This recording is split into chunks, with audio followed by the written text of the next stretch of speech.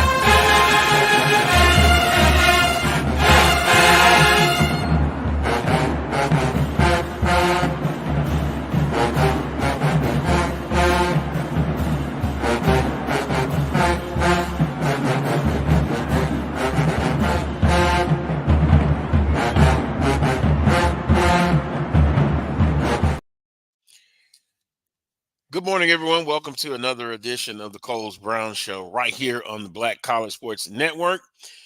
Guest menu, Charles Edmond, Larry Chatterbox Hale, Coach Van Pettaway, Brandon B.J.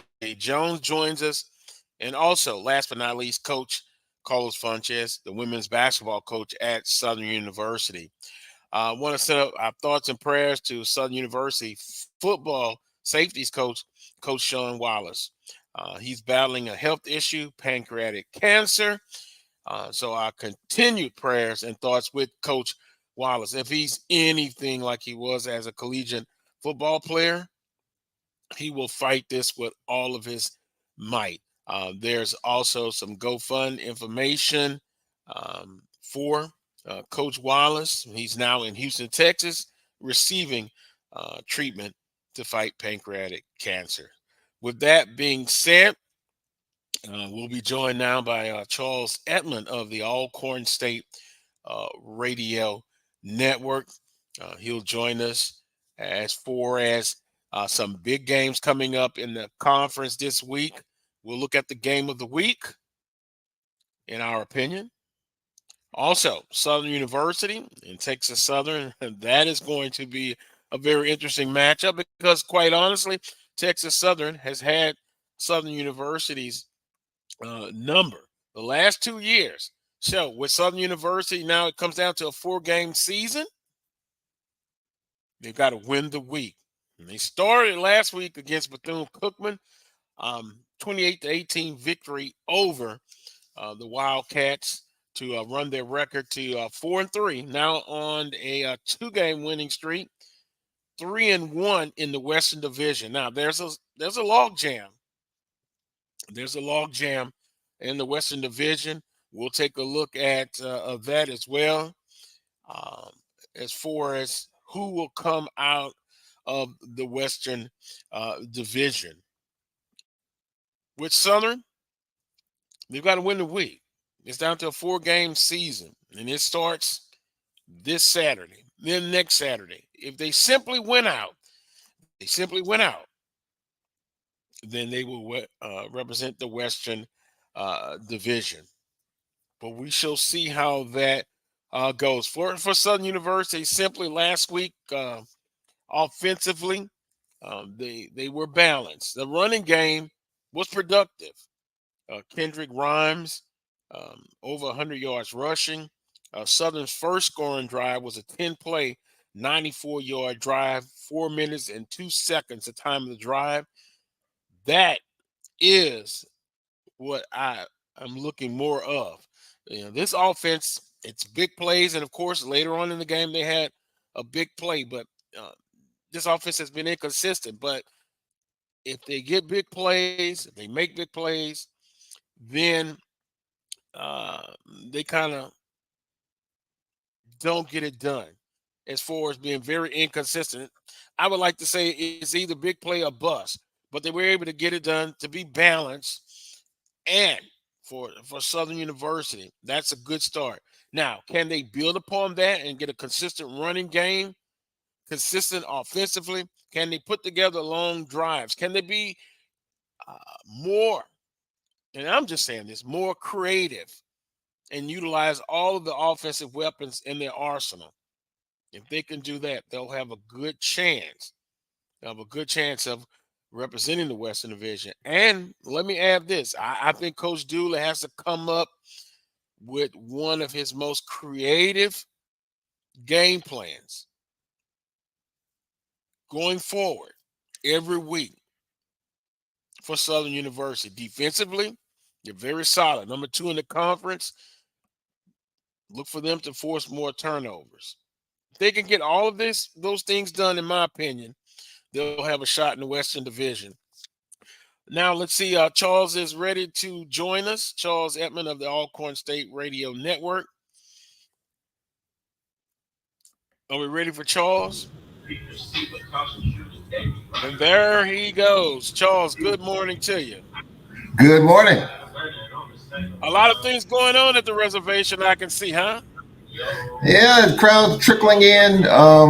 Mississippi Valley, Alcorn, one of the bigger rivals. It's a big Saturday, and let's buckle it up and see how this thing plays out. The next couple of weeks are going to be really huge. Who's to say that with a month left in the regular season, you have teams that control their own fate? The Braves are not one of those. Southern University is one of those. Prairie View is one of those. So there's going to be some jockeying. This is one of the big games of the week, big game of the year down in Tallahassee, the game of the year in the conference. I think there's going to be some games of the year in the divisions, depending on what happens at Tallahassee. If FAMU drops a game today, A&M waiting in the wings. A&M folks said, bring on the Rattlers. So there's a lot of jockeying still. Even though FAMU controls the East, they can't afford to slip. A&M with a big win over Grambling. Of course, we're red hot right now. We got a running game going last week. Jaguars come here next week. A lot of folks anticipating that game next week, but we got to get by Valley today. Yeah, you got to be focused on 1 week. I know you want to peep and look at the next week, I've got people already asking me about next week. I'm not worried about next week. As a Southern University alum and fan, this season has not been easy. So you can't afford to be looking ahead. Now, Right. what you can do is look at a Texas Southern team, albeit Andrew Body's not there, a very dangerous team. Got a chance to kind of listen to the game last week with FAMU. If the game would have ended at halftime, Texas Southern, hey, what a performance the first half. Second half, you knew FAMU was going to put some things together, but a very dangerous Texas Southern team. That is my opinion. Also, I talked about it in the opening. They're going to be confident regardless. They're coming in AEW Mumford Stadium. They've won the last 2 years. So they're going to be confident. And so Southern can't let their guards down. Motivation, I'll leave that up to the coaches. They'll probably say, Coach Dooley, it's important because it's the next game, right? The fans look at this because they have witnessed the last 2 years. So they're going to be fired up. So I hope the energy is there. And I hope that this football team is focused and comes out with energy and win the week. At this point in the season, I don't think you have to give all these rah-rah speeches. You got to just get in there and get it done. It's basically a 4 week season now. And if you can go 1-0 each week, you represent the West. If you don't do it, you won't represent the West. And then you look toward 2024. Now, people have been asking me about what kind of crowd you think is going to be. I think the Jaguar Nation is very unsettled with this football team right now. Although they still have their goals in front of them, I don't think it'll be a packed house. I really don't think that's the case. But interesting games throughout the conference. I would say the game of the week is in Tallahassee, FAMU and Prairie View. Now, Charles, I've already put it out there. Unless FAMU has a total collapse, they'll represent the Eastern Division. You know, I'm not being optimistic, pessimistic, none of that. They will represent the East. And for the teams next year, they'll have next year to dethrone the Eastern Division champions. Could I be wrong? That's a possibility, but I don't think so. FAMU has been consistently the best team in the conference. Now, the Western Division, different story. We'll see what happens. Yeah, there's a little. I mean, FAMU controls the East. There's no question. There's a little bit of thread of hope for. There's only one other team I think that could probably catch FAMU, and of course, FAMU has to open the door, and that's Alabama A&M, and that's only because they haven't played them yet, and that game's in Huntsville, as I mentioned. So if FAMU gets tripped up on their homecoming, then yeah, here we go. But also A&M. That's a lot of ifs. It's a lot of ifs.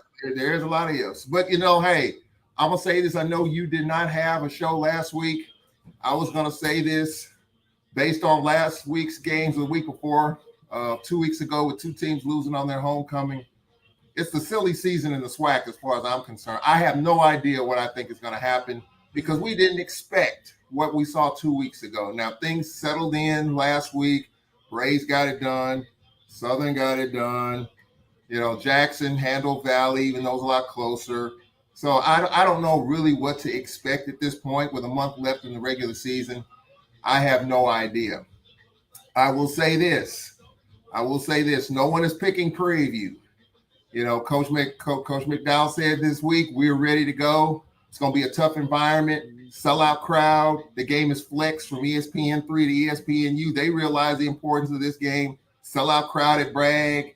Folks trying to get tickets down there. Brian Fulford can probably fill us in on all that good stuff, but no one's giving Prairie View a chance.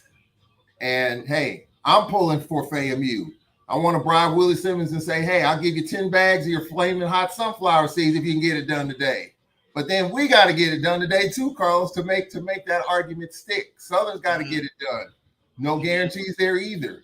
So, hey, I don't know what to expect, but I do know this. At this point, for you to have a chance, for you to control your own destiny, you talked about it. What teams control their own fate right now with a month left? Jackson State doesn't. FAMU does in the East. Southern does in the West. Alcorn doesn't. And so to be in this position, I think it says a lot about all the battles, all the attrition, all the cussing and fussing. And here you are. You control your own destiny where you want to go. Yeah. Someone asked me about midterm grades, and I thought about doing it for Southern University, of course. But just at the spur of the moment, offense, Charles, I think I would have to give Southern, and usually I'm known for being having a very generous curve grading scale. No, well, that too. Many things, I guess, many opinions. But I would have to give Southern's offense a C minus because it was high expectations offensively. You got quote unquote offensive guru, and you got a better quarterback room. You got all the personnel in place, but it wasn't that. Remember the first couple of weeks at a paltry 12, 13 points a game. A little bit better now, but very inconsistent. And from you scratch your head from the play calling. I was going to look at how many tight ends have caught a pass. I think it's under 12. It's just been either big play or bust, feast or famine. So, and I'm being nice. I think I bet you if I look in the chat room, it may not be even a what did I say, a C minus? It may not even be that. Or did I say a C plus? No, what C minus. Defensively, I'd have to give them an A minus, and it would be a solid A, except for on third downs. A little shaky there. And then forcing turnovers compared to the year before. They're one of the top teams in the country on the FCS level forcing turnovers. And special teams, I guess I would have to give a B. Could be some improvement there. Maybe, if I look hard, maybe a B minus. Let's change that to B minus. Yeah. So that's just kind of the midterm grades, and you're playing with it in your head about that. Intangibles, just very inconsistent. And, we talk about expectations. Is there pressure to meet those expectations? I think that's just with Southern and some of the top blue bloods in the conference. That's something they always have to deal with, and how you adjust to those expectations, how you mentally are you ready for it? Then, of course, there's the physical standpoint as well. So, in spite of all of that, once again, winning the Western Division is still within reach. Yeah, and look, I've tooted this bandwagon for Southern all year, and I think as we look at it in this moment right now, number one, Southern controls the Western Division, no doubt about that. But if you look at the struggles, the hit and misses, the ebbs and flows of the season to this point, I think you have to give some people some credit for hanging in. There have been some tough games. The schedule for Southern has not been overwhelming or underwhelming. You open up with Bama State, SWAC opponent. Jackson State, SWAC opponent. Doesn't count on paper, but you got a chance to get exposed. You got a chance to get cussed out and fussed at. The question is, do you make your adjustments from there? Yeah, you played Lincoln on homecoming, whatever you want to get out of that. A lot closer game than people thought. I thought Southern would score 100 points, but despite everything, here you are. You're one of only a handful of teams in this league that control your own fate. And I think for that, you have to kind of be fortunate. You have to be blessed and lucky, too, to have that situation. So, hey, in a few weeks, if Southern gets to where they want to be, Are we going to be looking back on it and cussing and fussing? Will the Jaguar Nation? Probably so, because it didn't have to be this hard. But at the end of the day, as Landon Bussey says, winning is hard. And sometimes you have to go through those tough times. Maybe something's on the other side of it. For us, we were in the same boat. But all of a sudden, we beat Alabama State, a game that really probably should have lost. Held on to beat Grambling. Took care of Pine Bluff. We did what we were supposed to do. Our running game got going last week, over 300 yards rushing against UAPB. That is refreshing because our running game had been stagnant the last 3 weeks up until last week. So, the Braves are figuring it out. Different offense with Aaron Allen. Arguably, you could say, if not the top passer in the league, one of the top two for sure, along with Musa. Who thought that 6 months ago? So it's just the ebbs and flows of the season. You just never know. And you talk about tight ends, Carlos. Do you know that the Braves' number one receiver in terms of touchdown receptions is our tight end, Truck Griffin? He has more touchdowns than any receiver.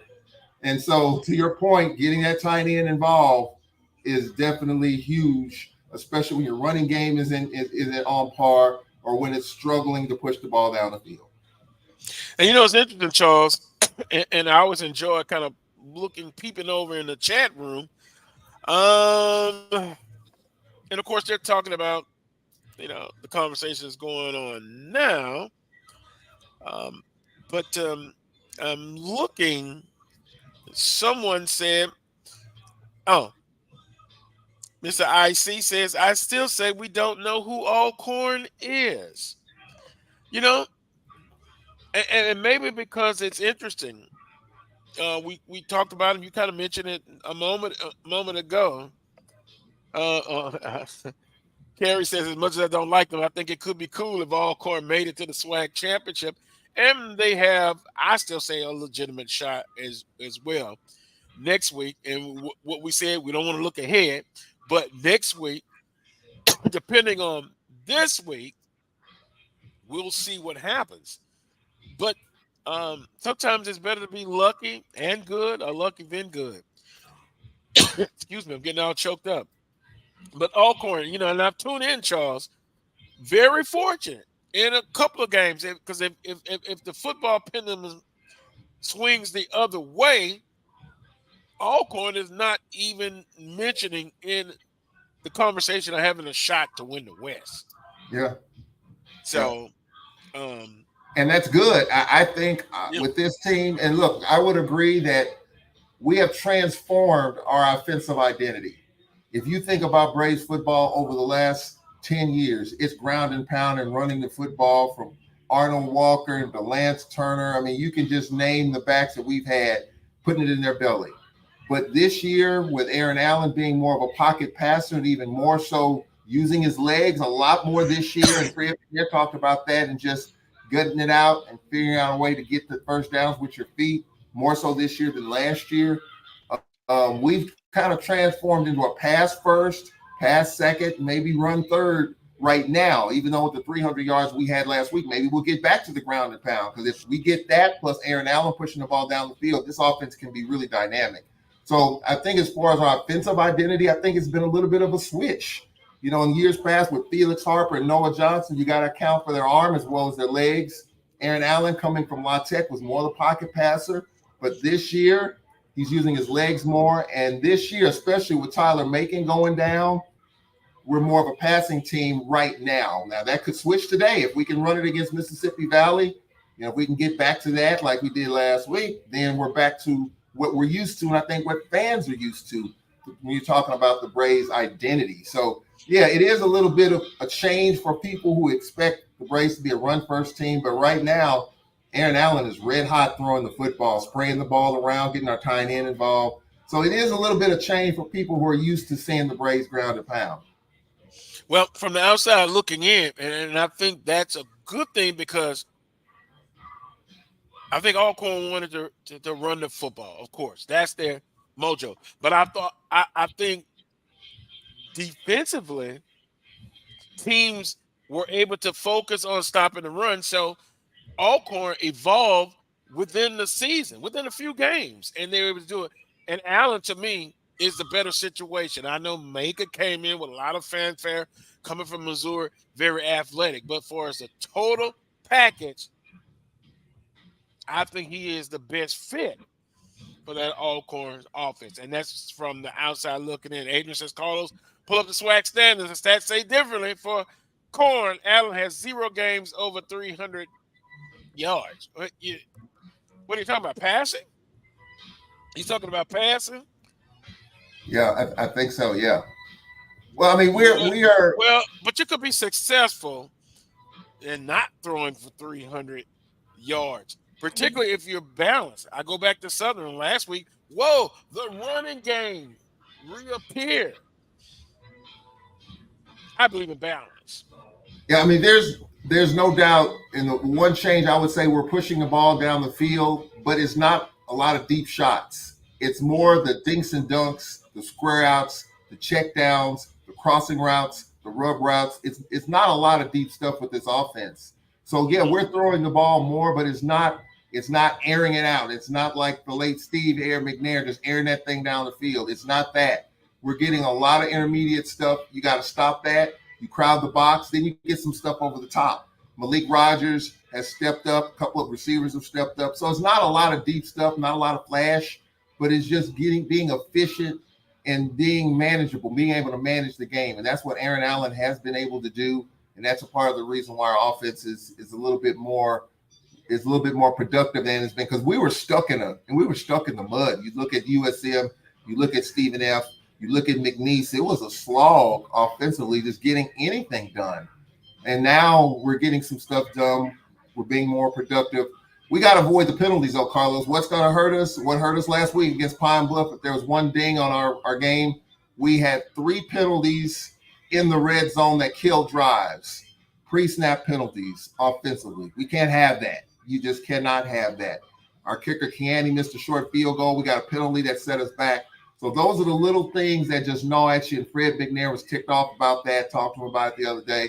Those are some of the things that can set you back, that can hurt you, especially in the red zone. Let's do this. And don't mention penalties. How about 115 yards of penalties? How about being disciplined? How about in the middle of the season, you're still getting those doggone penalties? Don't tell me about penalties. They can really kill drives. Our first guest actually is here. So we're going to take a timeout. This guy, I first listened to him audio football game, and I'm like, who is this guy? He is entertaining, and he brings energy to the game, and he's really into it. I love it when he gets on the refs. Oh, my goodness. This next guest, our first guest, he's iconic. And, in this business, you get to meet people and form relationships. And this guy, he's outstanding. When it's all said and done, Charles, he should be in the SWAC broadcast, if we got to have a new category, Broadcast Hall of Fame, or in the SWAC Hall of Fame. I'll tell you who that guy is when we come back. We'll take a break. You're watching Carlos Brown Show right here on the Black College Sports Network. Itchy, squirmy, scratchy, family not getting clean? Get Charmin Ultra Strong. Go get 'em. It just cleans better. With a diamond weave texture, your family can use less while still getting clean. Goodbye, itchy squirm. Hello, cream bottom. We all go. Why not enjoy the go with Charmin? At Hampton Law, our primary goal is to provide non-traditional yet effective solutions and redefine the approach to client legal concerns. As your trusted legal advisor, we believe in sophisticated, personalized services that eliminate the confusion and complexity sometimes associated with legal matters. Our high standard for client care and concern, coupled with our extensive legal knowledge and skills, make Hampton Law a resource focused on the protection of the client's interest and overall goals. We value our clients and truly enjoy working with them. Visit thamptonlaw.com to conveniently schedule an appointment online. Tamika Hampton Esquire, 1631 Rock Springs Road, Suite 336, Apopka, Florida. 407-494-1471. T.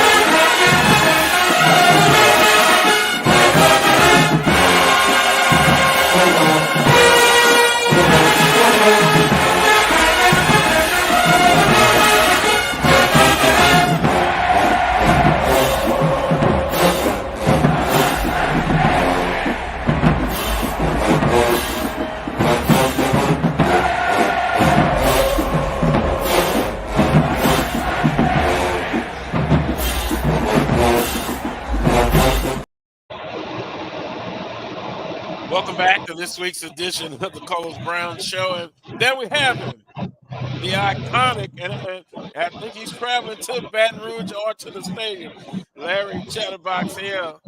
Chatter, can you hear me? Hey, brother, I can hear you just fine. How you doing? Thanks for having me on the show. At first, when you started talking about iconic, it makes the game sound exciting. I said, man, I thought he told me to call in at 11:30. He had somebody lined up ahead of me, and I didn't even know it. Did I get bumped, or was there a miscommunication? Someone else's name on the screen that's not mine?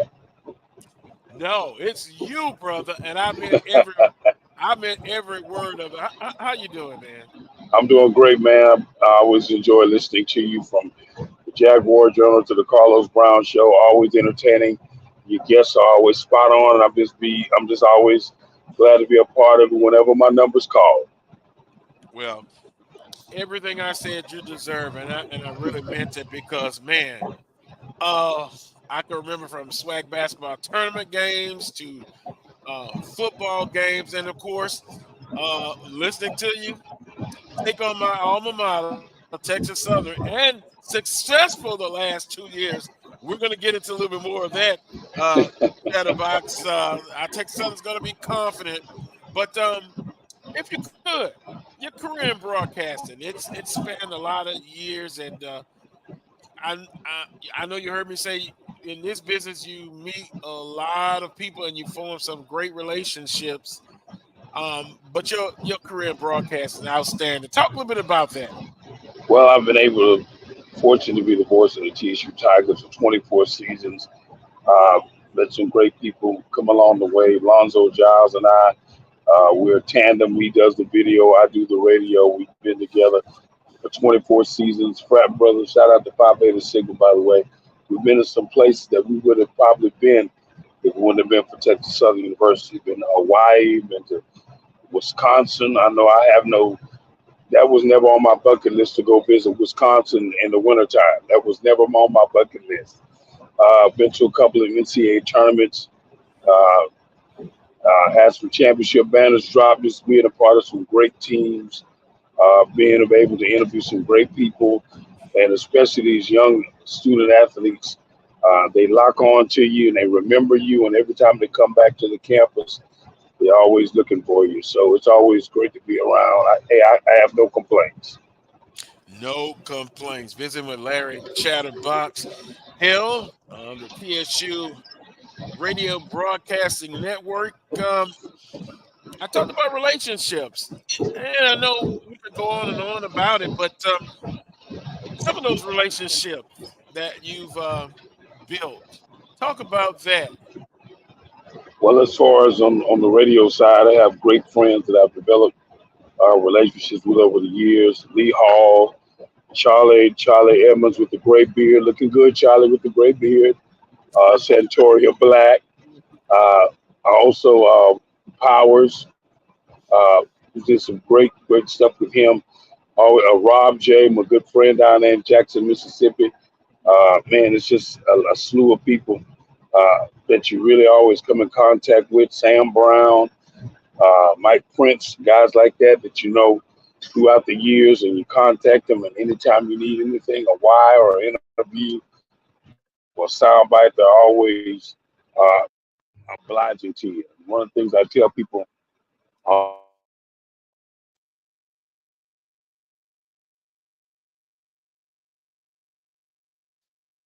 He said he's traveling, so let's see if we can give him a second to pop back in. If not, we're visiting with Larry Chatterbox. on. Yeah, there you go, Chatterbox. Can you hear me? I'm back on. Yes, sir. Yeah. You're back. Continue, please. Yes, you build great relationships because think about it. We see in basketball, we see each other's radio guy twice. We go to their place, they come to ours. We try to make it comfortable for them when they come into a hostile environment. We already gonna have everybody fired up and this and that, but us radio guys, we got to stick together. It's like a fraternity. The media, and I've seen how the media has grown in the past few years. Carlos, we could be in the media room at the SWAC tournament or SWAC Media Day, and you could basically know who was there. But now it's so many people, you're constantly meeting new people. Like you have the diehards, like if you mentioned Southern, oh yeah, Carlos Brown or Joe Dupree, or you mentioned Jackson State, Rob J. or the late Bob Carpenter. When you talk about Valley State, Lee Hall is staple. Everyone knows Charlie Edmonds at Alcorn State. You know what I mean? It's just different guys that is going to be there no matter what. And sometimes they say Chatterbox, oh, he's still at TSU. Or they say Texas Southern, where's Chatterbox? They have folks looking for me, because they know that's me and what I do. Yeah, and I remember one time my cousin asked me, and she happened to be listening to the broadcast. She said, "Do you ever think he's almost been asked to leave a game because she loved when you question sometimes the officials? Maybe a call you didn't see it the way that they saw it. Have you ever been Right. close to being tough? Tell me you have." Well, I've gotten some dirty looks over the years. I've gotten some looks. They'll stop in mid stride and stop at the table and look. Everyone knows I'm a homer. I'm with Texas Southern. There's no question about who I'm with when it's on the radio. I don't have to mask it. I don't have to pretend it. That's always been my style. I got that from Gene Peterson, the radio voice of the Houston Rockets. I grew up a Rockets fan, rooting for them, and I used to emulate him on the air. But there's just no doubt about it. If you cut me open, I'm going to bleed maroon and gray. And that's just how I try to get it open to the broadcast and talk about the positive things going on with Texas Southern University. It's enough doing when I tell people all the time, it's enough negative journalism. But when you have some great journalism dealing with your school that you love and things of that nature, it's just great.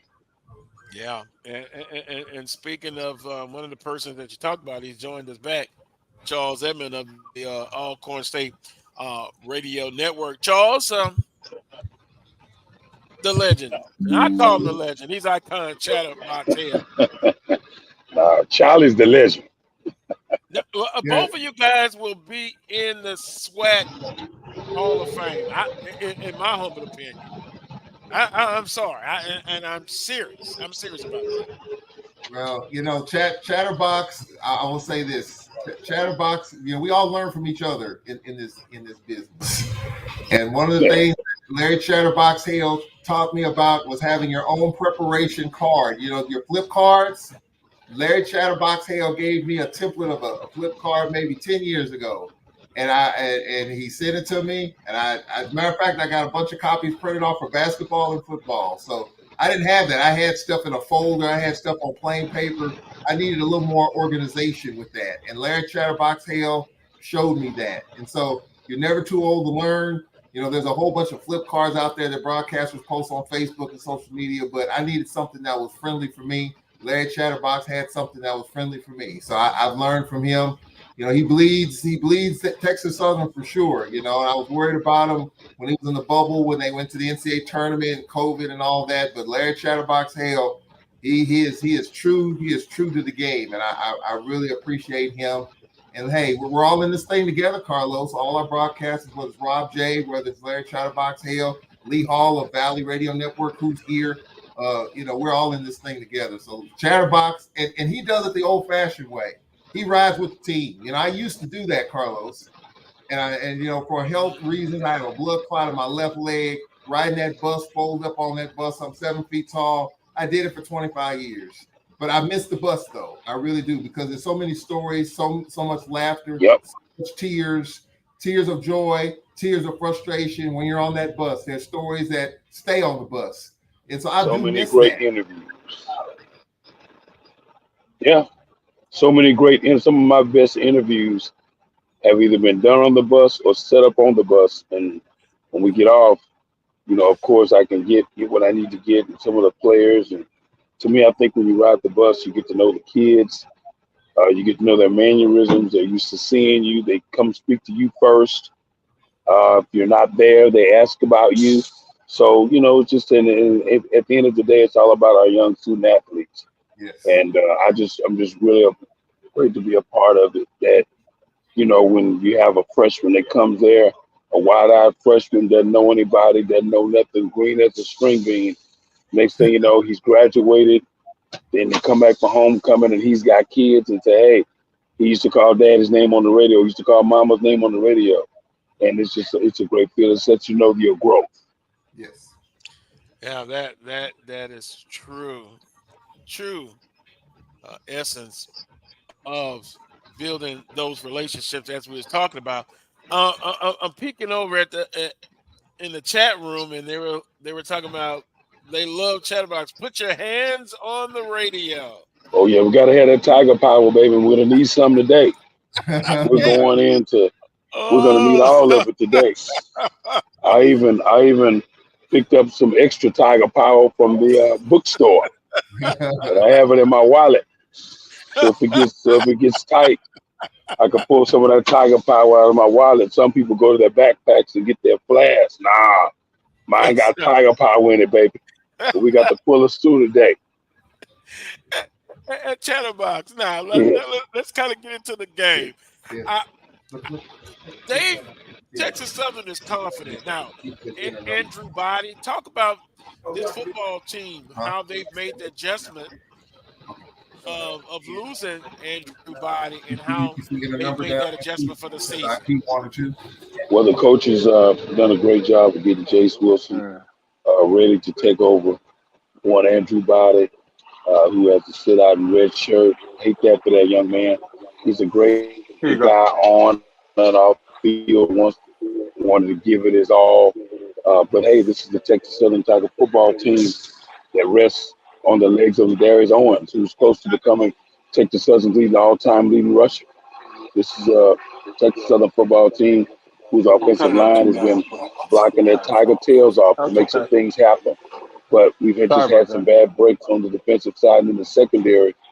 But right now, Jace Wilson is being prepared each and every week to go out and give it a go against whatever opponent you put in front of us. He's growing more and more each and every week.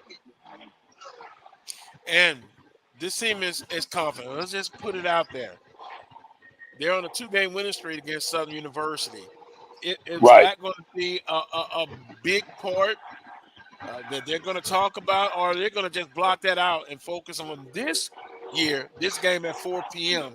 against a Southern University team that is we know trying to stay relative to we know it's a new season for us. Different team, different year, new season. That's what we look at it. Coach McKinney does not like to rest on last year.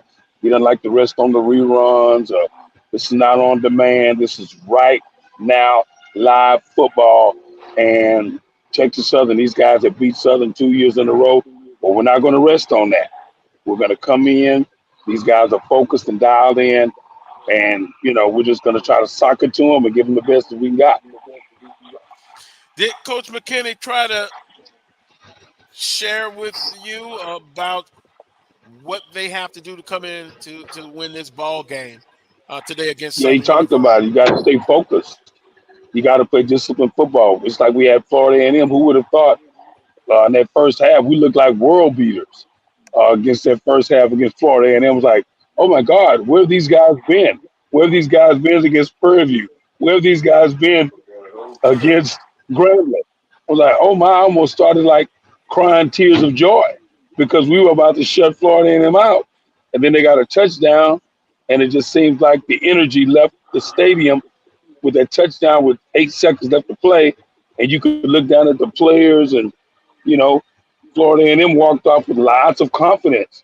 But Texas Southern kind of hung their heads a little bit. But like I said, credit to Florida A&M, they made some adjustments. But if this Texas Southern Tiger football team, when you think about it, when we played them, we played almost mistake-free football that first half. No penalties. We had a penalty on that last drive, and that set them up. That kept them alive to score that touchdown. But what we're going to have to do is flush that. That's what Coach McKinney always says with the losses. Flush the losses, and we got to get ready for Southern. Jace Wilson gives us a great opportunity to win with some help from Ladarius Owens, but the wide receivers have been challenged. They have to catch the football. And the defensive backs have definitely been challenged. You've got to cover somebody. There's no such thing as air coverage in the SWAC. You have to cover somebody and make plays on SWAC football Saturdays, as Melvin Spears would say. Chatterbox, as always, it's been a pleasure. Are we going to have something delicious as far as Louisiana cuisine? Well, I'm waiting on my wings. I guess you'll send them over. I've been waiting on them wings. Charlie, let me tell you something. If I was waiting on Carlos Brown's wings, this is like 5 years in the making here. I would be 10 pounds. I think I'd be on SWAC life support, waiting on Carlos Brown's wings. I mean, do I have to wait for the little chickies to become big enough to put on my plate? I'm trying to find out what's going on. I've been waiting on, I almost whipped my mailman because I've been waiting on the wings and looking in my box every day. And I said, say, man, are you holding something from me? He said, what are you talking about, Mr. Hale? I said, I'm talking about my hot buffalo wings. Where my wings at? I think to make up for it. Don't tell me you're gonna give me a hen house for Christmas. No, tell about. We got a place called Blue Score Chicken Wing Place Specialty right in Baton Rouge, right by campus. I think I'm gonna have to send you. I think I'm gonna have to UPS you some. Okay, well, you know the game starts at 4, so if I eat the wings late, I'll get sleepy, and ain't gonna be no Tiger Power. Oh my! One thing I can say about Charlie. Bring that up, Joe. One thing I can say about Charlie. When we went down to Alcorn last year, shout out to Dean Barnes. I had a great time. By 10 o'clock, I was eating ribs and barbecue chicken by 10 o'clock.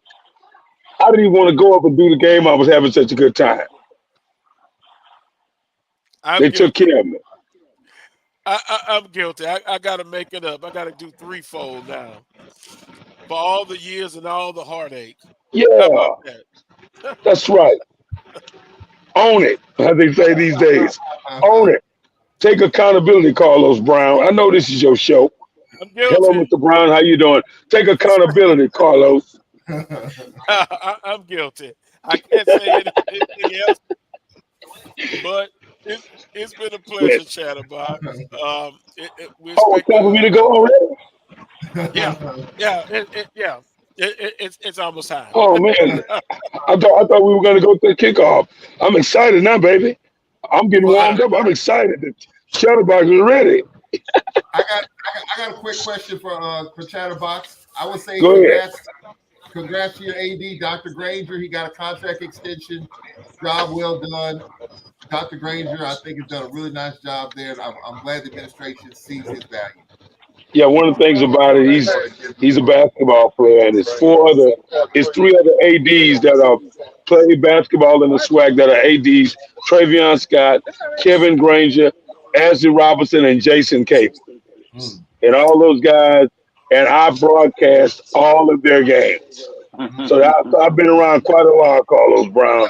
Hey, that's what I'm saying. Jason Cable, that's why I called Travion Scott, and Ashley Robinson. I had the opportunity to broadcast all of those guys' games. Are you saying that you get a little extra nudge when you're AD with a basketball background? Nah, they just know me. I'm glad they know me, and I can tell the history of where they've come from. Like when Cable had that shag, I can tell people, I remember when this guy had a shag. It's just growing. I'm proud of those guys. They grow from student athletes, and they're running athletic programs, and that just goes to show you how great we are when we believe in ourselves and promote from within and progress. Now, the other gentleman that you see is the former AD at Jackson State, Fort Valley State, Willa Brown. And good afternoon to you, Willa. Good How afternoon, you doing? everybody. Good afternoon, Mr. Hale. Good afternoon to you. Good afternoon. See, on this show, you get coaches, you get AD. So nobody wants to hear from me. They know my opinion, but I give them different perspectives. And Chatterbox, you have brought the ratings up. I have. Today. Make sure you do Yes. one thing for me. Tell L Van Petway I said hello, will you? Well, he's coming up next, and I surely Okay. will tell him that. Coach Petaway is a regular as well. Chatterbox, in closing, to the audience, what do you have to say? You have the I just final word. think I love the Carlos Brown Show. Continue to support the Carlos Brown Show. Tell a friend, encourage a friend to come get some great HBCU knowledge and some great topics with some outstanding guests. And until next time, go Tiger! All righty. I appreciate the kind words. Chatterbox, take care. All right, I'm going to find some wings. Yeah. Okay. I'm not gonna live that down. There's another Take me your guy. credit card number. There was another guy in Houston that's very famous. I guess because I want to bet against him, he owes me a beef brisket. Anybody know who Uh-oh. that? Anybody know who that guy is, Charles? Chatterbox, the other famous guy in Houston. Dr. Kenyatta Cavill? Yeah, he's famous, but not Dr. Cavill. He's a Oh, radio boy. guy. He's a radio guy. Ooh, Uh, interesting. I'm stumped on this one. You got me. I'm stumped. yeah, Well, I am think too. about it, and we'll tell you about that next time. But Next time. yeah, we're gonna Okay, get you good back. deal. All All right. right. Take care, Chatterbox. All right. Thanks for having me on. All right, Chatter. righty. Got it. All righty. Willa Brown, that's Chatterbox, joining us as always. Entertaining energy. Willa, how have you been? I can't complain. I know you're a Baltimore Ravens fan. Big victory last week. Yeah, definitely. Huge victory. No doubt about that. My thing with them is consistency, Carlos. Just like with SWAC football and MEAC football and SIAC football, the thing for me is consistency. So they're up, Yeah. world beaters one week, and the next week they look like crap. And so just like some of our SWAC teams and some of our SIAC teams and some of our CIAA teams, I mean, same thing. So it's all about consistency. And I was listening to you guys talk about going into November, this being the last month of the regular season, that sort of thing, and like you said, and like Charles said, it's truly crunch time now. It's truly crunch time, and we know, we take it one game at a time, and all the metaphors that go with that sort of thing. But a lot of you guys still have your own, your own goals in front of you. The future for you guys is bright. All you have to do is take care of the business in front of you. So there are a lot of you guys that don't have to say, well, if Jackson beats somebody and somebody beats somebody, then we can slide in there, that sort of thing. All we have to do is beat the behind that's in front of us, and we accomplish the goals that we set out. So these last 4 weeks is going to be really, really interesting. And I know these coaches are probably relaying that, to the kids. We can handle this thing. We can do this thing, but we just got to take care of the business in front of us each and every week. Don't worry about scoreboard watching or, who's playing who else and, all that sort of thing. Just handle our business and we'll be where we need to be at the end of the season. And speaking of, and I agree that well put, well said, Wheeler, because I've said you win the week, you're down to crunch time, as you stated. You're absolutely right. And a little bit later on in the show, coming up actually shortly, and I think we have enough room for everybody. Hopefully Coach Pettaway will be able to join us in. Coach Carlos Funches, women's basketball coach at Southern University, winning that SWAC basketball tournament. We'll talk a few things with him. What was the impact of winning that SWAC basketball tournament championship? I love that regular season as well. Well, we want to ask him about that. That we don't want to be repetitive. We know how important that is, the regular season. Now, even Charles will have to admit to that, although I know he loves that tournament championship. Then we're going to also, he's got a new contract extension. From an AD perspective, Wheeler, he was rewarded with a nice contract extension and a raise.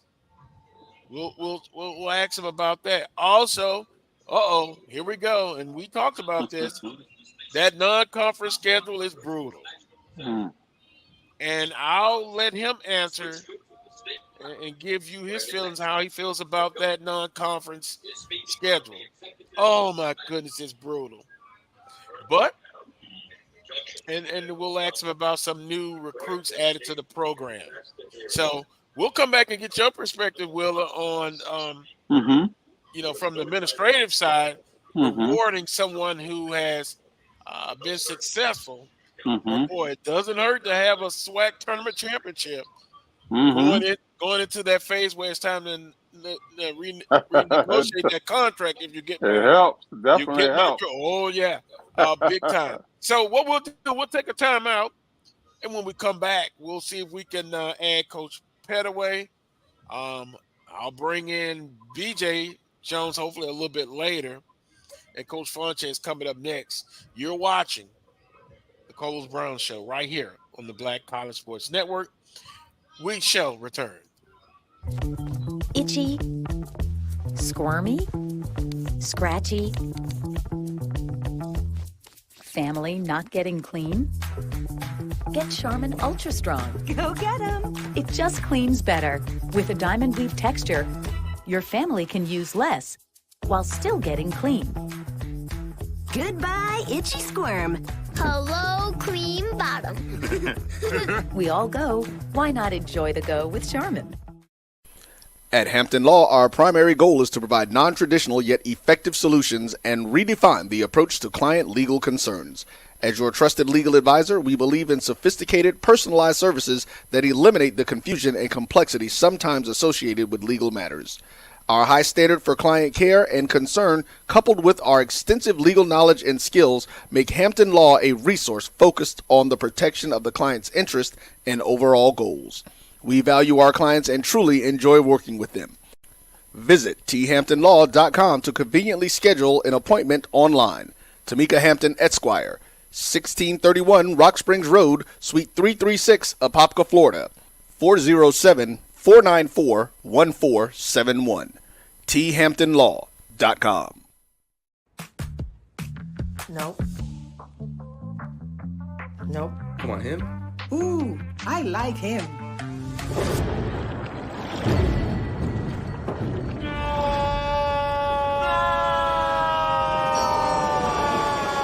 Quick, the quicker picker-upper.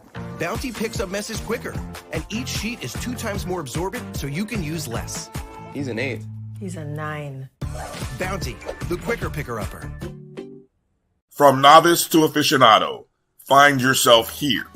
High quality cigars plus personal customer service. Slow Burn is Waco's only mobile cigar lounge, featuring a meticulous, curated collection of premium cigars. Visit our website, www.slowburnwaco.com. That's www.slowburnwaco.com. Stride K-12 powered schools are ready to put over 20 years of being a leader in online education to work for you. Dive into curriculum designed for the online classroom. Team up with state-certified teachers trained in virtual instruction. Take control of your child's education journey. Discover the power of personalized learning with a leader experienced in preparing kids for a future they can be excited about. Take charge. Stride K-12. Enroll now for the fall.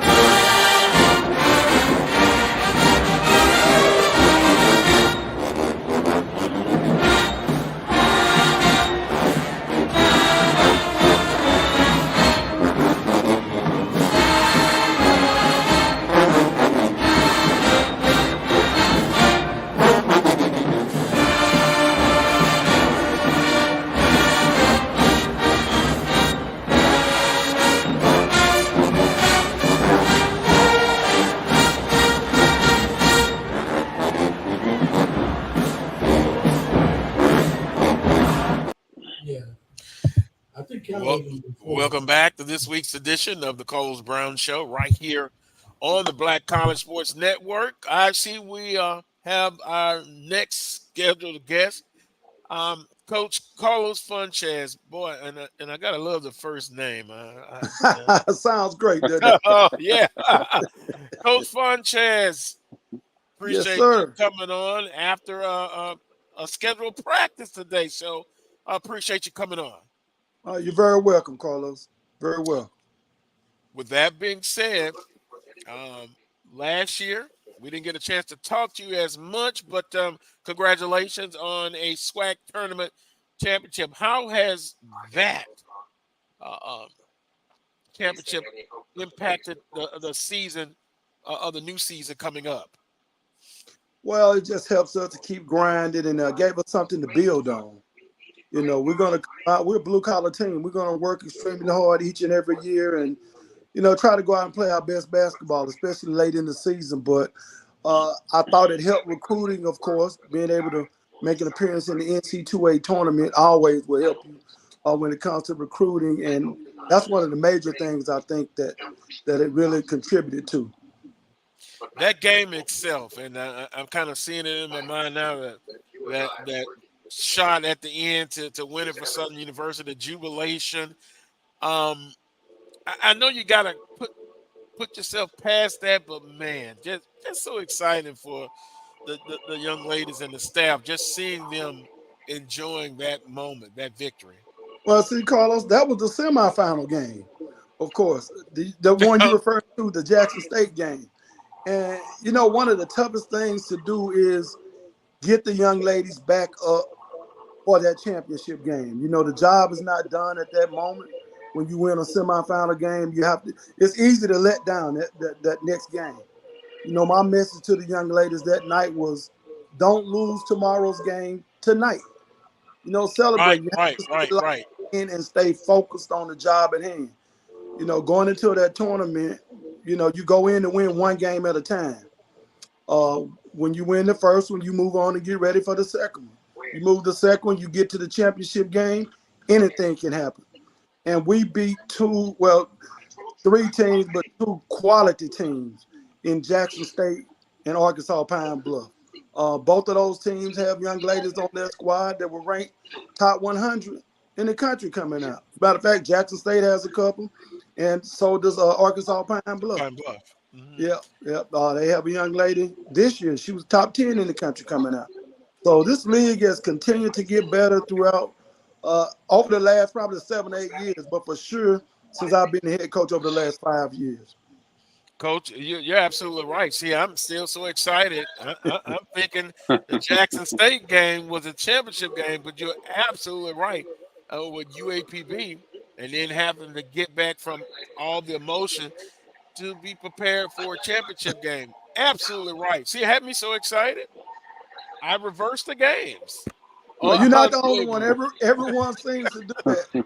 You knock off the number one team, and of course, move on to the championship game, and you have another tough hand at task.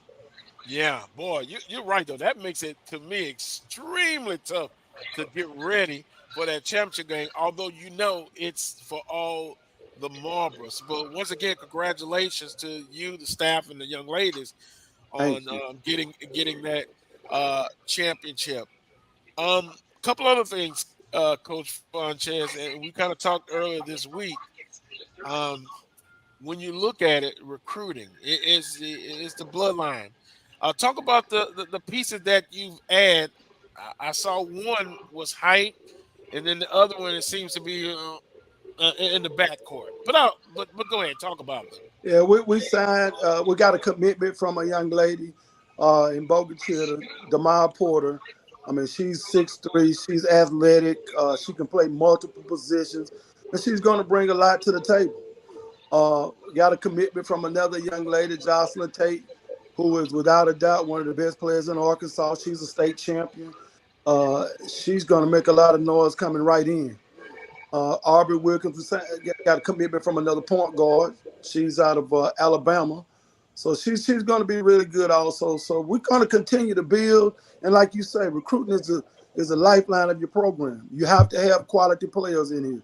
We have to have legitimate quality mid D1 players to compete for a championship. Again, this league is really good. We're probably going to add a couple of more pieces, but right now we're extremely happy with the young ladies that we have that have committed. Well, Charles Wheeler, if you care to jump in and ask the great Coach Fonchez a question. I wouldn't say great. I wouldn't say great. Well, I'll say great. Anybody have a question? Yeah, I have a question for Coach. You're one of the things I look at when I follow SWAC women's basketball is I talk with our coach Nate Kilbert about it. Getting quality posts, getting quantity and quality. That's always, especially when you're playing in the NCAA tournament. You're going against 6'4", 6'5" when you at that level. Talk about that, because I think we are a guard-oriented conference. I think we got a lot of good mid-tier players in terms of height, but getting those posts, the 6'2", 6'3", 6'4s, how much of a challenge is that for your team and really throughout the conference? Because you don't see very many. Dariana Lewis, who used to play at Alabama A&M, she was really good, and just trying to have a bigger presence in the post.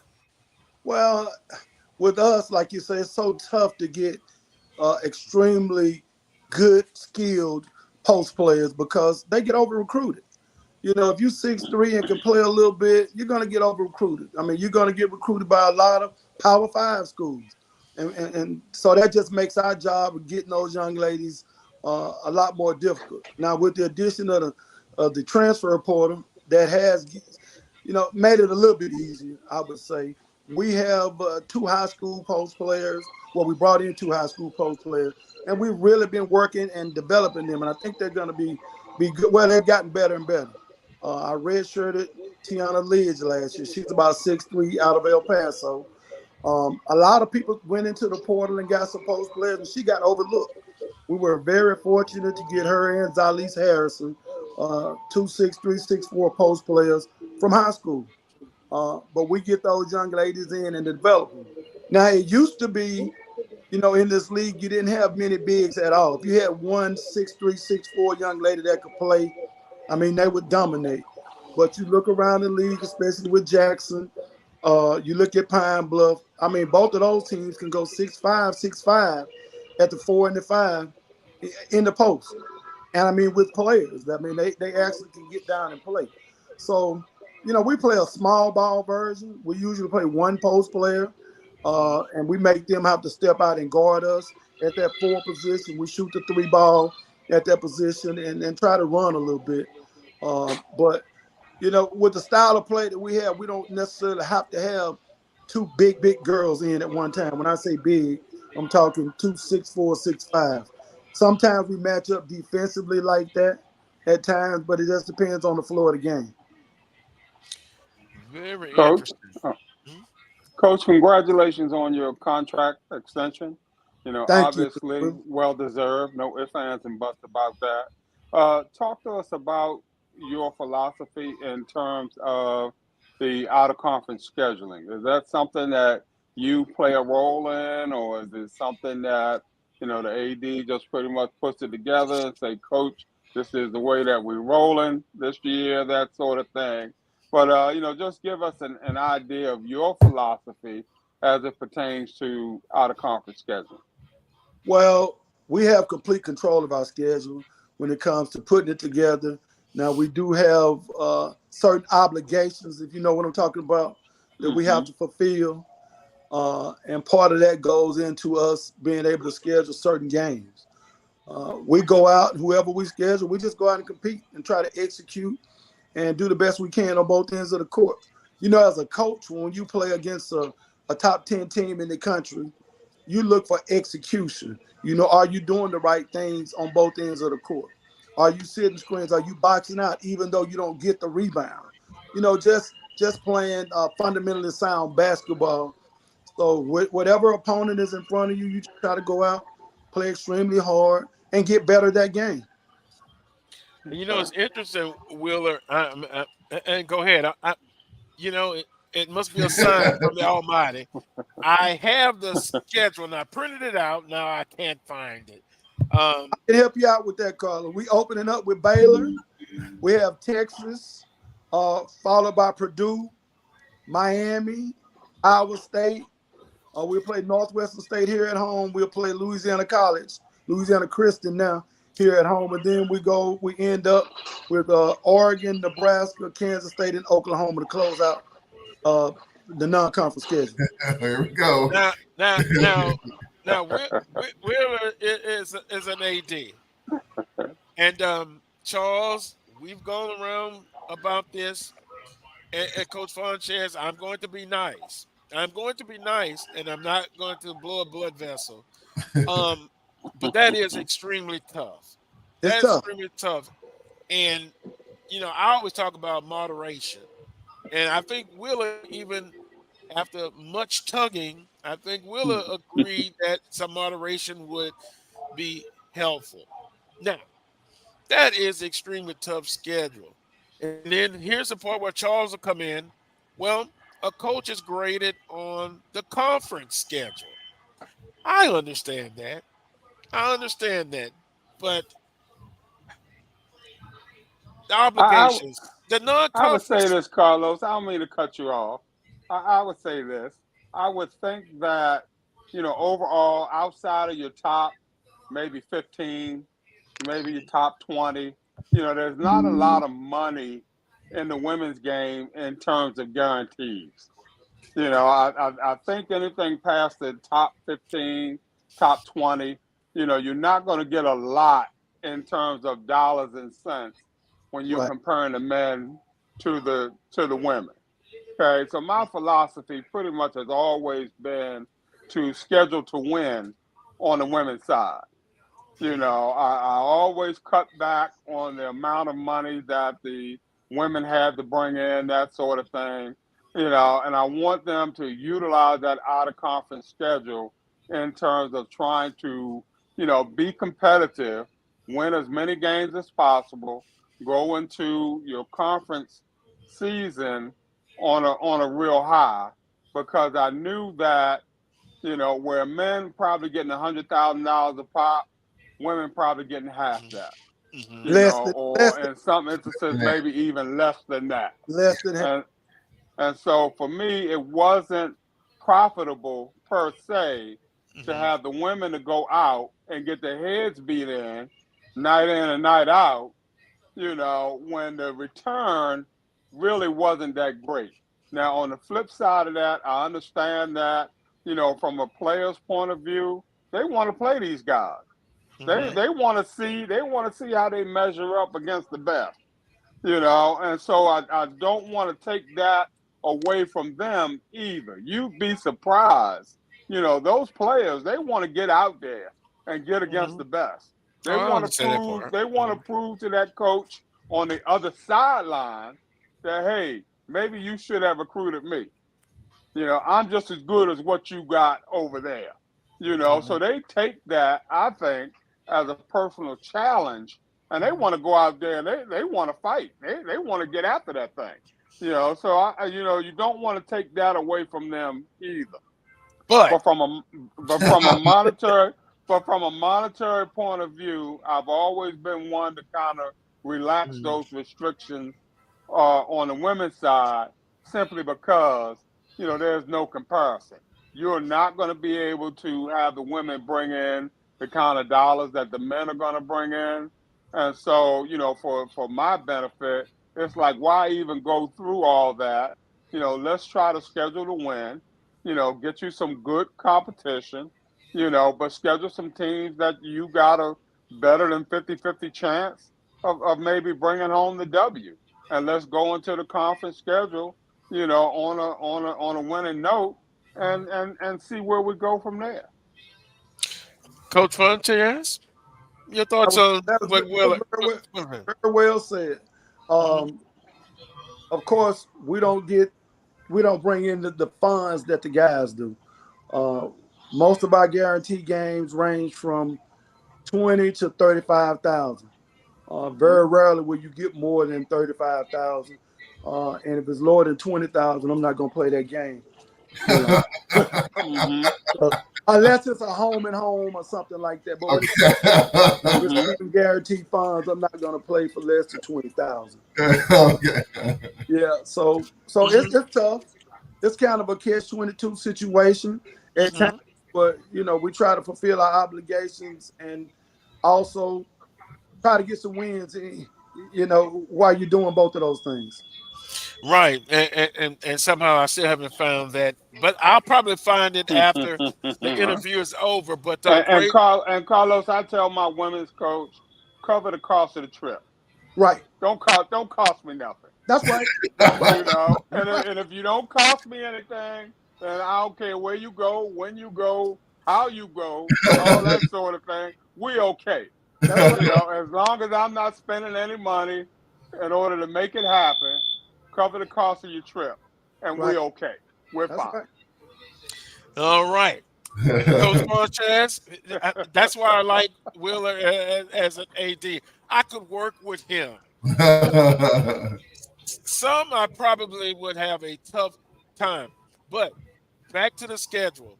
It does give you opportunity to work on some things, and when you get into conference play, those things that you worked on and also things that you haven't been able to do as well or as successful, you have a chance to work on that. But the moderation, in a perfect world, Coach Sanchez, 4 or 5 of those guarantee games would suffice for you, per se, than having that schedule I just saw, or I saw earlier. It's going to be tough, but you're going to schedule. You're going to have a tough pre-conference schedule, regardless. Right.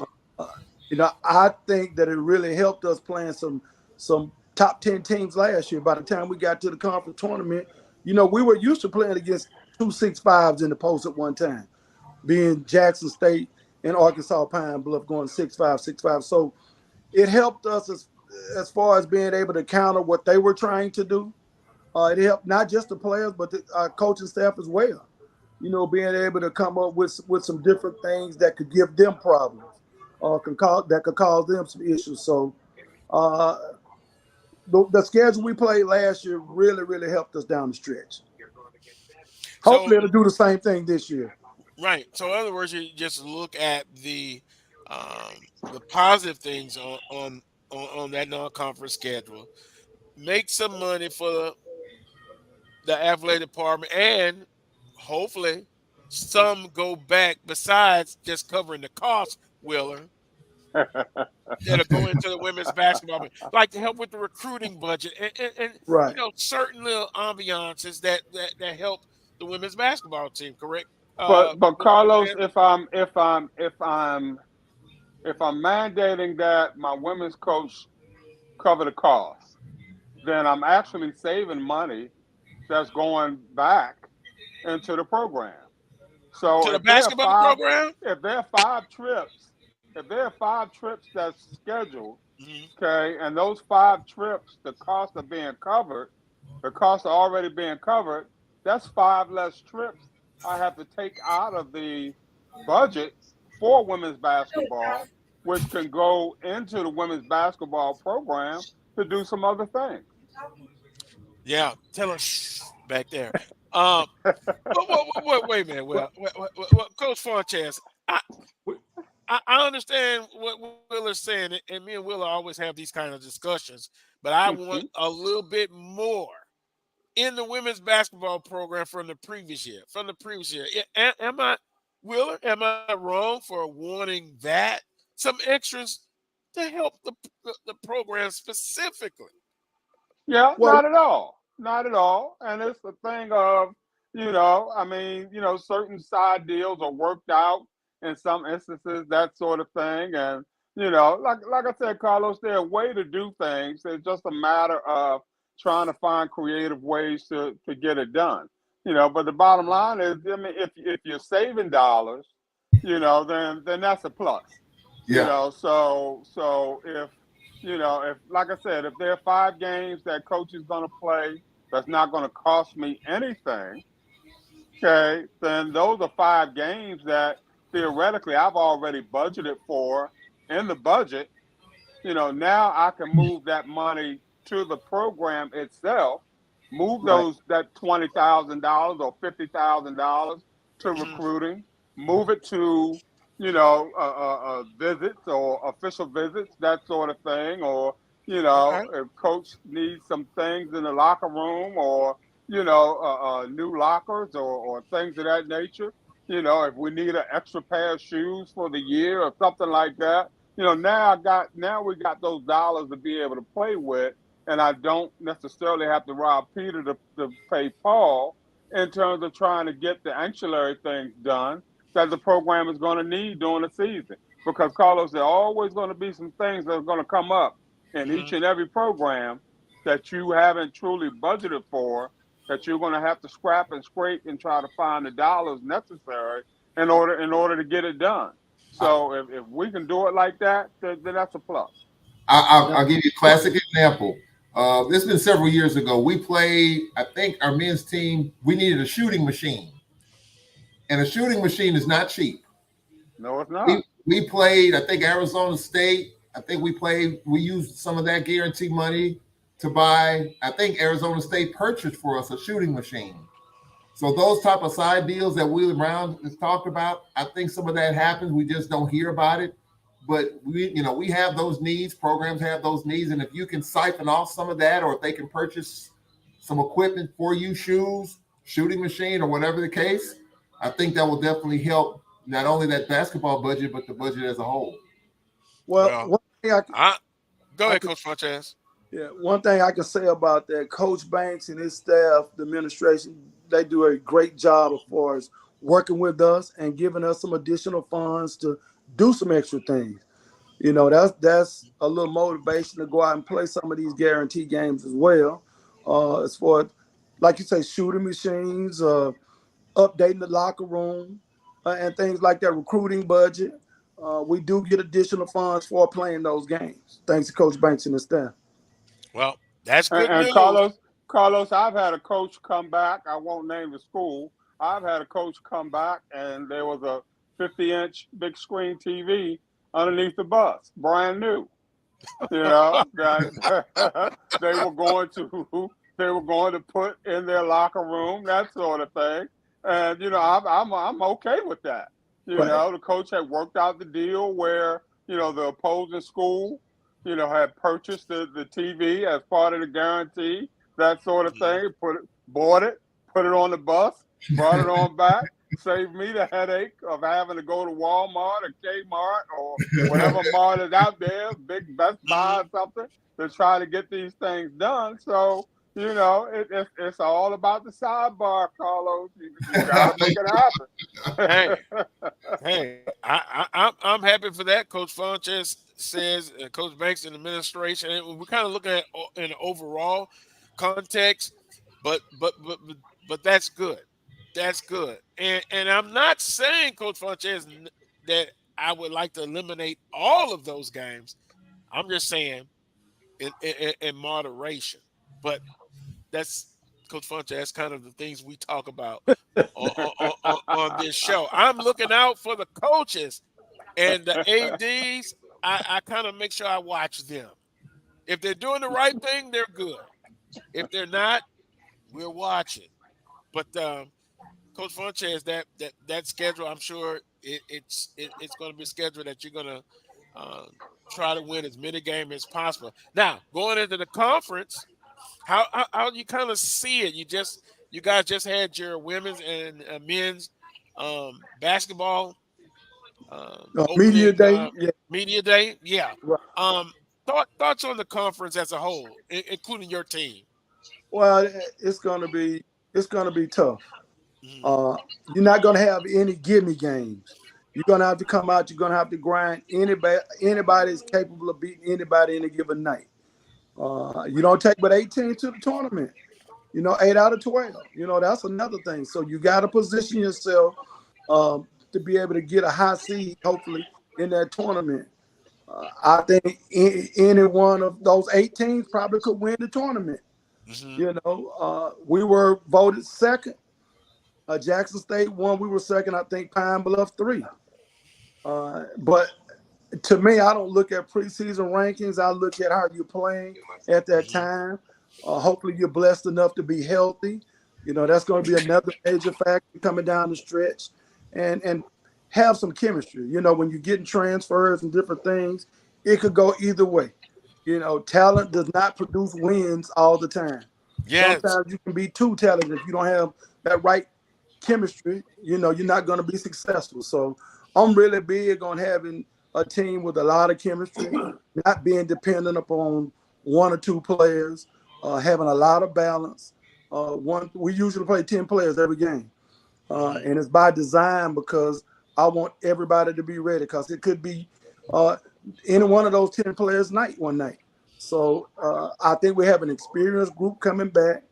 We have been banged up a little bit, but once we get everybody back, I think we're going to be really competitive coming down the stretch and have an opportunity, hopefully, to win another championship. And Coach Funches, I heard you say something earlier, and I tried to not show my satisfaction.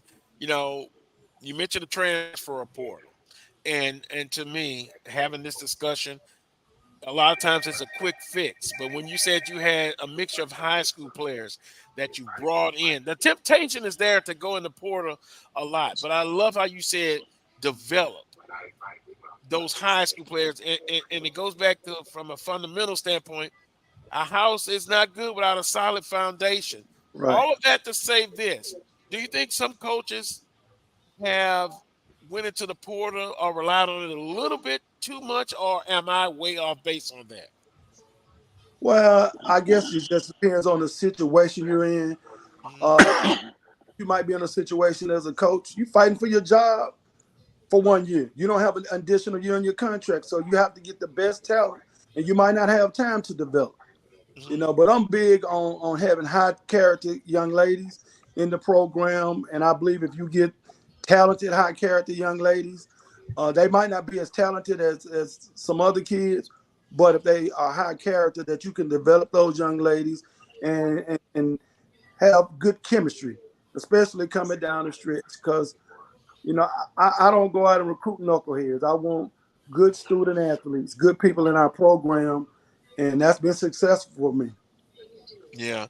I told some of the guys the other day, I said I long for the days of old where you get a point guard, maybe redshirt him if you have to, and in the program for 3 to 4 years. Right. But unfortunately, Charles, let me finish before you shake it. But unfortunately, I know the time we're in, quick gratification, satisfaction. I agree with you. I would love to see that too, but unfortunately, the brutal reality is it's very rare now. I agree with you. And I think Carlos, most coaches would rather go that route. Probably 90 to 95% of all coaches would probably love to go that route, but administration is not going to allow it. The president's not going to allow it. The fans not going to allow it. I mean, it's just, the pressure dictates and necessitates that, you got to keep one eye open for the quick fix. You got to get it done right now, today. You might need both eyes open and an extra set of eyes. And believe it or not, people think I'm that way, quick satisfaction. But if I can see the program going in the right direction, and then you sprinkle in a championship or two, and Coach Funchess, I'm big on the regular season. I don't care what I'm in the minority on that. Everybody focuses on the tournament. I understand, but that regular season is still important, Coach Funchess. No doubt about it. That's when you're building your chemistry. You want to be solid in that regular season each and every year. And we've traditionally been in the top at least three, top 2 or 3 each and every year. And as a coach, you want to win that tournament. I can say that. That's really big, not just from a coach's perspective, but also from an administration perspective, because you get additional funds for going to those tournaments, the NC2A tournament. Now, you don't get additional funds for winning that regular season. Of course, you want to win it. Don't get me wrong. Now, we try to win each and every game we go out. But if you ask any coach what would they rather do, win that regular season or win that tournament, I would say probably 100% would say win that tournament. And that's why we need sports administrators like Willa Brown to put that in that contract, reward them for regular season finish. They do. I think coaches get rewarded for the regular season also, for sure. No doubt about it. On that note, Coach Funchess, I appreciate the time. We could go on and on about, championships and competing, but it seems that the program is in the right direction. Congratulations on the tournament championship. Congratulations on finishing in the top 4 year in and year out. As far as me, a Southern alum, I can't complain. Closing comments, Coach Funchess. Well, we're just going to come out. The young ladies have came in June, getting ready for this upcoming year. It doesn't start in October. They've been here all summer long, grinding, lifting weights, doing individual workouts, just getting ready for this upcoming year. And hopefully, things will come together, especially by the time we get to that tournament, Carlos. Yeah. That's a good one there, Coach Funchess. Well, I appreciate you coming on the show. We'll look to talk again real soon.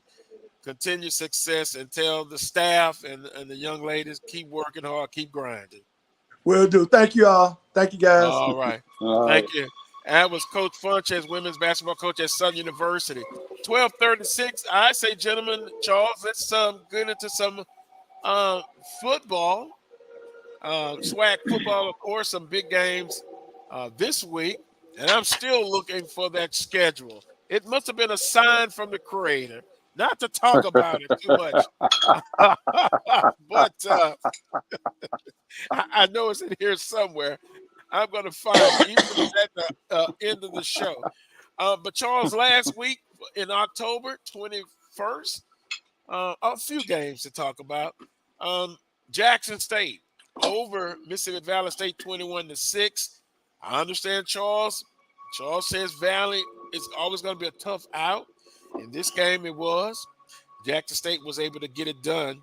We'll come back to that game as far as quarterback situation. A change at the helm in Jackson State. Can you believe a coach makes a change within the season with a quarterback changing it? I applaud T.C. Taylor. He didn't wait to the end of the season. Also, of course, Southern over Bethune-Cookman with 28-18. Alcorn State ruins a homecoming, UAPB, 31-7. And it was FAMU over Texas Southern. Charles Willer, any surprises in last week? Well, Charles has to unmute his mic. Yeah, for me, just the closeness of the games, Valley, Jackson, Jackson with the 3 touchdowns, they were given short fields to get those 3 scores. So I think that's a huge factor. Texas Southern jumping out on FAMU, that got some shockwaves throughout the league, and it was a tussle between Southern and Bethune-Cookman. Look, after what happened 2 weeks ago with homecomings being ruined and all that, nothing surprises me, and nothing will surprise me here in these next few weeks. Who knows what's going to happen? I call it, Carlos, the silly season of the SWAC is officially here with the Wild Wild West. You never know what's going to happen, and hey, I'm really not surprised at all. The results were the results. The better team won, but there are going to be some tussles with these games the rest of the way. I would use one word, Willa: homecoming. From Coach Pete Richardson to the distractions. That can happen, and that can throw it out, as Charles is alluding to. Yes, it does. But I think all the blue bloods, quote unquote, have prevailed, so to speak. The usual suspects. Southern, FAMU, Jackson. I mean, we can talk about the fight that it took in order to get the end result. But the bottom line is the end result came in their favor. And, with Jackson and Valley, you're talking about another rivalry game. And, unless you step on them quickly and hard, there's always that lingering thought that, this could go either way, that sort of thing. So, that wasn't, wasn't as surprising as some people made it out to be. But, I think FAMU right now is probably clearly the class of the East, so to speak. And, I guess they need to be on guard for any kind of letdown that may be going down the stretch. I think the, Alabama A&M game is probably going to be a trap game for them. They haven't played yet, I don't think. And, but outside of that, on the west side, like you said, the blue bloods have their destiny in their hands, and so Southern can get it done if they just go on and win out, and it's going to be interesting to kind of see what happens. Yeah, very much so. Charles, in the West. Well, I think we'll talk about Valley Jackson real quick. I think the buildup for that game. Remember, Jackson lost to Alabama State the week before, and Valley throttled UAPB the week before on Valley's homecoming. So the buildup of that game kind of led to some uncertain moments. But as far as the West is concerned, I mean, it's I said in the last hour, at this point with a few weeks left, when you have an opportunity to control your own destiny, your own fate, despite the ebbs and flows, the ups and downs, the sideways, you are really fortunate. And there's only 3 teams that can do that right now. FAMU number 1, Prairie View number 2, Southern number 3. I would love to be Southern University right now, because right now we got to hope that Prairie View loses, because they beat us here right on this field. So, we don't control our own destiny right now. So I would love to be in that position, to be kind of in the driver's seat with just a few weeks left. And it's always said when you lose within the division, it almost counts as a extra loss. And let's say hypothetically, I think it's going to be tough for Prairie View. They're going to be motivated. FAMU, if they're not distracted, Prairie View and FAMU defeats Prairie View, and then I think that's what's going to happen today again on ESPNU. Then that loss counts in the loss column, for Prairie View A&M. And then Prairie View A&M still has to come to Southern University. Then you got Southern and Alcorn. Then we can't forget about Grambling State University, although they've kind of had a little, roadblocks as of late. Yeah, Southern controls their own destiny. You win the week 4 times in a row, you're the Western Division champion. And Carlos, this last month of the season, my philosophy is very simple. Okay, get rid of the style point. Ain't no, just ain't win, no baby, huh? And that's just win, baby. That's it. Win the damn game. every Saturday. Win the damn game. Mhm. You know, and don't matter how you win it. Scratch, claw, bite, whatever. Let's get it done. Get the W. Let's move on to the next week. Do the same thing all over again. Get the W. Let's move on to the next week, et cetera, et cetera. Well, Right. Carlos, Wheeler, I said this 2 weeks ago. I mean, if you look at college football, period, there really isn't any style points right now. Georgia's winning ugly. Alabama's, I mean, even in the SWAC, there's nothing pretty. There's no style points. And for whatever reason, this is one of those years, and maybe the transfer portal, NIL, you got all this talent dispersed all over the place as compared to being concentrated in certain programs. I think you're going to see the griminess of this the rest of the way. And for fans, it's frustrating, it's infuriating at times, but I think it brings everybody kind of to the surface, and where you got to show up and get it done, and it just is not quite that easy. And I think for all of us, it may be crazy, but it sure is exciting. Exciting to some, nervous breakdowns to others, blood pressure. If you got heart problems, you got to take your medicine. Hey, you're right. A win is a win. But, boy, winning those close games and losing close games, that can be just painful. That could be painful. I'll say this. North Carolina Central, got a chance to see them a couple of times.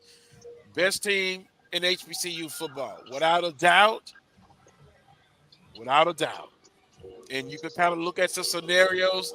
Could be if FAMU wins the SWAC against North Carolina Central, they win the MEAC. But right now, in my humble opinion, no doubt about it, North Carolina Central, best team in HBCU football. October the 28th, which is today. By the way, guys, tomorrow is my last year in the 50s. I'll be 59 tomorrow. Woo! I'm going to celebrate. Alcorn State hosts Mississippi Valley State at 2 p.m. We'll come back to that game. UAPB hosting Jackson State. What kind of mood UAPB will be in? Jackson State. And by the way, we got to come back to that quarterback situation at Jackson State. It's Grambling State University hosting Bethune-Cookman. And by the way, Grambling's president now, the president of the Louisiana Charles Board of Colleges in the state of Louisiana. Congratulations, President G. Congratulations. Alabama State and Alabama A&M. By the way, Grambling State and Bethune-Cookman is on HBCU Go at 2 p.m. The Magic City Classic. We had some technical issues, I guess, with Coach Pettaway and BJ. They're both in Birmingham for the Magic City Classic. That's a huge matchup. We hadn't really talked too much about that. Of course, FAMU and Purdue A&M, 3 p.m. on ESPNU. And Southern and Texas Southern, by the way, Alabama A&M and Alabama State at 2:30 p.m. on ESPN+. Quickly, guys, Alcorn State and Mississippi Valley State. Who do you like? Well, for me, of course, it's the Braves. We got to get back to Braves football, ground and pound, running the football. Our defense with 10 interceptions, second behind Jackson State with 13. We got to avoid the penalties. Got to continue to clean up special teams. If we jump on Valley, put this one away, we'll have a fun day here at Sphinx. So I think Alcorn takes care of business. Oh, yeah. There you go. Well, yeah. I mean, quickly, yeah. I was going to pick at Charles because he says Valley's a tough out, but now, yes. But today it seems like, well, I didn't hear that. Yeah. No, it's hey, it's one of those things. It's a rivalry. Valley had Jackson on the ropes a little bit. Just couldn't capitalize. Braves got to be on guard today because right now they're the second hottest team in the league. Hey, is that Cedric Tillman just walked out there? It is Cedric Tillman. Come back there, Cedric. How you doing, sir? Cedric waiting on some food. Cedric is hungry right now. Cedric is hungry right now. Yeah, thumbs up. He's hungry. Yes. Sideline reporter, Alcorn State Radio Network, and an outstanding photographer, along with another guy I know from Alcorn. Boy, yeah, great job. UAPB and Jackson State. Now, Jason Brown, reminds me of Macon. Came in with a lot of fanfare. Lo and behold, replaced. Wait a minute. What's going on there? TC Taylor has the guts to make the change. Yeah. And it's paying off. For that. Yeah. It's paying off. I mean, he's stringing these things together. I'll say this about UAPB. Southern handled them. We handled them. UAPB defensively can be tough when their offense is clicking. Right now, they need a quarterback. They got a good running game, decent receivers. They need a quarterback that can push it down the field. I think that's Coach's problem right now. I think after losing homecoming, I think Jackson State just trying to hang in it. I do think Jackson's a better team. I do think Jackson will win the game. Without a doubt, Wheeler. I got Jackson winning this, and UAPB they're trying to build the program or rebuild it. It's going to take some time. I got Jackson State also. You know, what's that? Bill Parcells says that you are what your record says you are, and you know, and Pine Bluff is what their record says that they, you know, that they are, and I think Jackson State gets back on track and brings home a win. Yeah, I like their new coach though. Let's give him some time. Let's see what happens. We'll revisit this a couple of years from now. And I think they'll be in a better place. One thing about Pine Bluff, Carlos, one thing that I noticed, their administration is kind of patient when it comes to coaches. They just don't throw coaches under the bus. They give them time to, you know, George Ivory struggled at the end there as men's basketball coach. Don Brown just got a new deal. And so I think their administration is patient with their coaches. So I do think there'll be patience there too. Now, that's interesting because we were just talking about now you got to win now and instant gratification. So if they're patient, kudos to them. Yeah. Kudos to them. Magic City Classic. Now, I'm going to have to hear this again. For some of those teams, it's only a matter of winning that, and that's what all matters. If they lose that Magic City Classic, it's bad. If they win it, that makes the season. Value Classic? Do I have that same feeling? No. Jackson State and Southern? Yeah, I'm disappointed. I'm in a bad state. I gotta go see somebody to get my mental capabilities better if Southern loses to Jackson State. But the Magic City Classic, it's huge. It's huge. Who do you like, Wheeler? I like A&M. I think Connell got a, you know, what they say, piss or get off the pot or what have you. And this might be that game for him, knowing that he's got FAMU, you know, still left on the schedule. And, you know, I know he knows he can't figure to lose many more and still be in the thick of things. But, you know, in order for him to salvage this season, you know, number one, you rather win the East and go to the Celebration Bowl, okay? But number two, Carlos, you got to beat your rivals, you know, and that's a rivalry game. And, you know, as you stated, might not mean much to you, Carlos Brown, as a state, but, you know, to the folk at A&M and to the folk at Alabama State, you know, it's a do or die type situation. You know, homes divided and all that sort of thing and stuff. And so, you know, but I think A&M brings this one home. Now, see, Charles, I'm going to go the other direction. I've seen Alabama State defensively, very physical team, tough. And I get an edge to Alabama and them offensively because Alabama State has been challenged like so many others in this conference offensively. But I think that defense is going to play well. I think they're going to be right there, and I think they're going to make this a game that's going to be few big plays from their perspective, and I think they're going to rely on that defense And I'm picking Alabama State. I think they get it done today. I could be wrong, but we'll see next week how this game plays out. You know, when you talk to fans of Alabama A&M, they say there's only one game that matters, the Magic City. I know. Yes. When you talk to fans of Alabama State, they say there's one game that matters, and that's the Magic City. They don't even talk about anything else for some strange reason. I don't know why, but that's just their fan bases. You got to respect that. This is what I call the conversation game.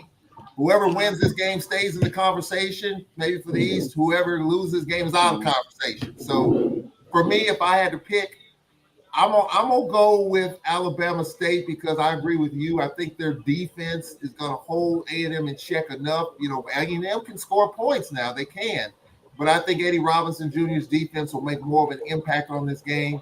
I think it'll be a low-scoring game, and if that's the case, I have Alabama State. It favors Alabama State if it's a low-scoring game. Offensively, Alabama State, they've been challenged, like I said, but you know. I'll put my hat on the defense 9 out of 10 times in a championship type atmosphere. FAMU and Prairie View A&M. Now, Wheeler, I got the feeling Charles may go with. He wants to go with Prairie View, but he probably picked FAMU. But we know FAMU has proven to be the most consistent. Have they been perfect? No. But in this game, being at home, I don't think Coach Simmons will allow this team to be distracted, is the word I use, in light of we've seen some teams in this conference lose their homecoming games. FAMU's defense is stout up the middle. Defensively, they get after you.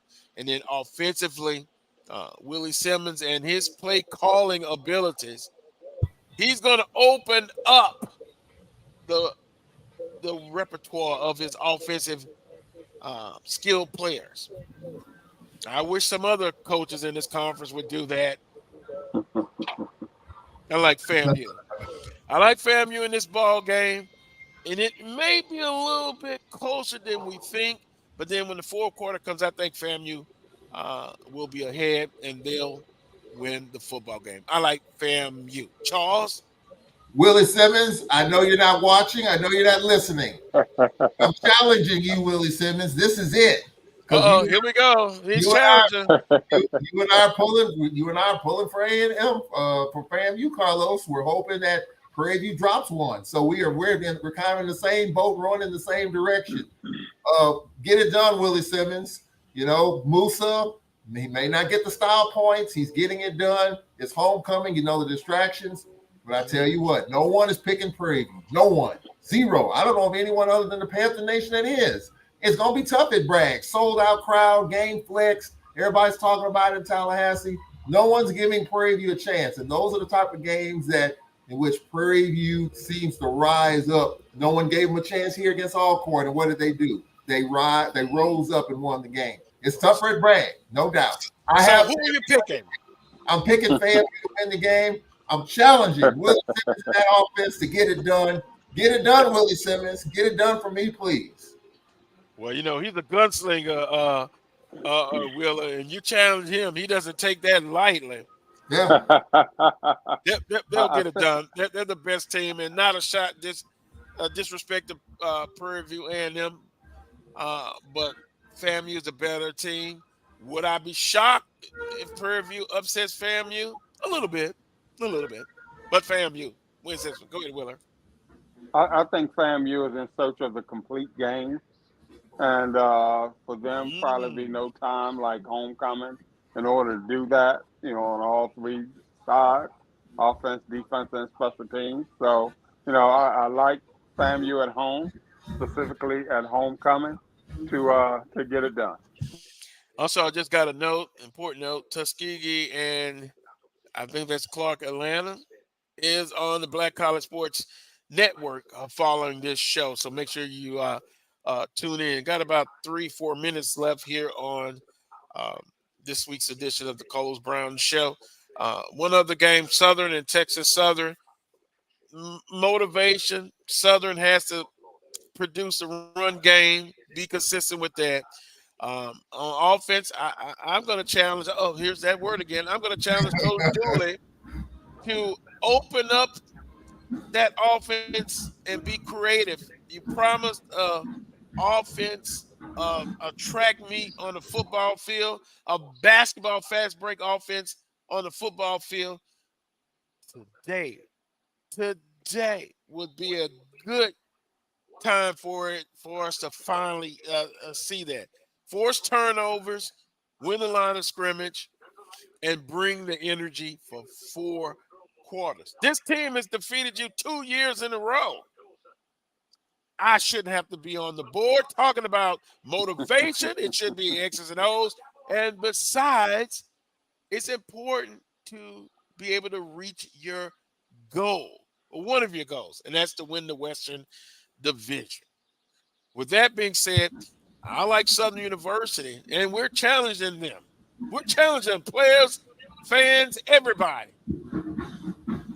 Let's give Chatterbox a nice, rude awakening, heading back to Houston.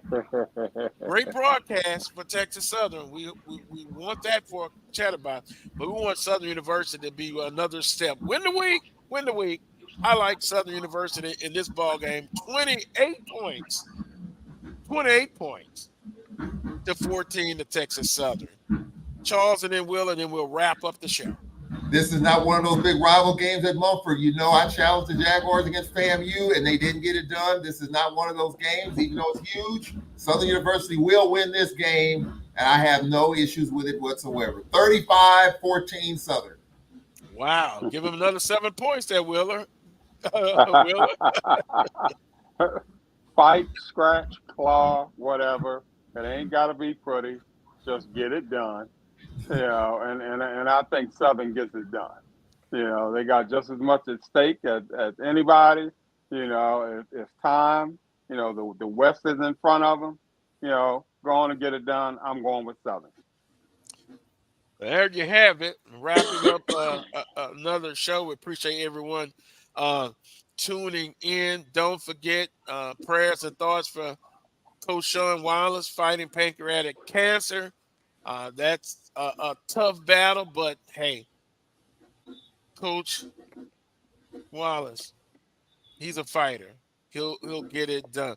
Want to thank AD Roy producing today's show. Don't forget Tuskegee and Clark, Atlanta, on the Black Hawk Sports Network coming up next. Also, Blue and Gold Central Club, a proud sponsor of the Coles Brown Show. We appreciate their sponsorship.